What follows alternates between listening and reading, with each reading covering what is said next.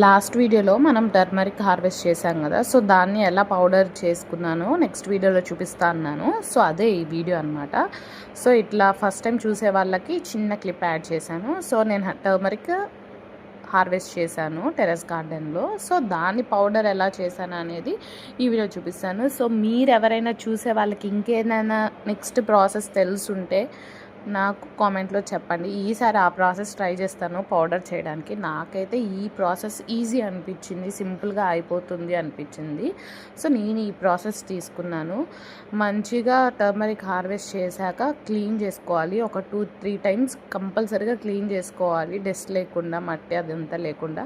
ఒక 1 డే అలా ఉంచేసేసి తర్వాత చిన్న పీసెస్గా చేసేసుకొని మనం నార్మల్ టెంపరేచర్లో, రూమ్ టెంపరేచర్లో డ్రై చేసుకోవాలన్నమాట. లేదు సన్ కింద పెట్టుకుంటున్నా పర్లేదు.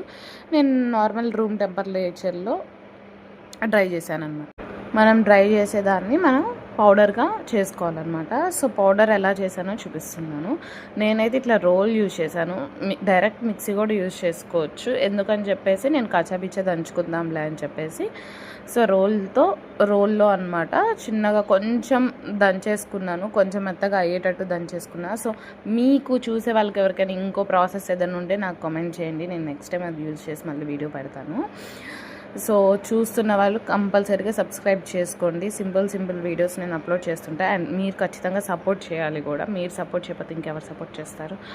అండ్ ఇట్లా ఫైన్ పౌడర్గా దంచేసుకున్న దీన్ని నేను మిక్సీలో గ్రైండ్ చేస్తాను అనమాట. సో మిక్సర్లో వేసేసుకొని మంచిగా గ్రైండ్ చేస్తుంటే స్మెల్ వస్తుంది గైస్. మామూలుగా స్మెల్ రావట్లేదు అసలు. మన ఇల్లంతా టర్మరిక్ స్మెల్ అనమాట. సో పౌడర్ వచ్చింది. సో కొంచెం ఇట్లా రఫ్గా ఉంది పౌడర్. సో మనం దాన్ని కొంచెం జల్లెడ కట్టేసేసుకుంటే మెత్తగా వస్తుంది. నాకైతే ఇంతే వచ్చింది. ఒక 1/2 కిలో పసుపుకి ఇంతే వచ్చింది పౌడర్. సో మిగతా రఫ్గా ఉంటుంది కదా, దాన్ని ఏం చేస్తున్నా అంటే ఫేస్ స్క్రబ్గా యూజ్ చేసుకున్నా. జెంటిల్గా యూజ్ చేసుకోవాలి ఎప్పుడైనా స్క్రబ్స్. సో ఇది నేను బాడీకి, ఫేస్కి యూజ్ చేసుకుంటాను అనమాట. సో దీన్ని నేను సపరేట్గా పెట్టుకున్నా. దాన్ని ఫేస్కి అండ్ దేవుడికి దేనికైనా యూజ్ చేయడానికి. సబ్స్క్రైబ్ చేసుకోండి, లైక్, కామెంట్ కూడా చేసేయండి.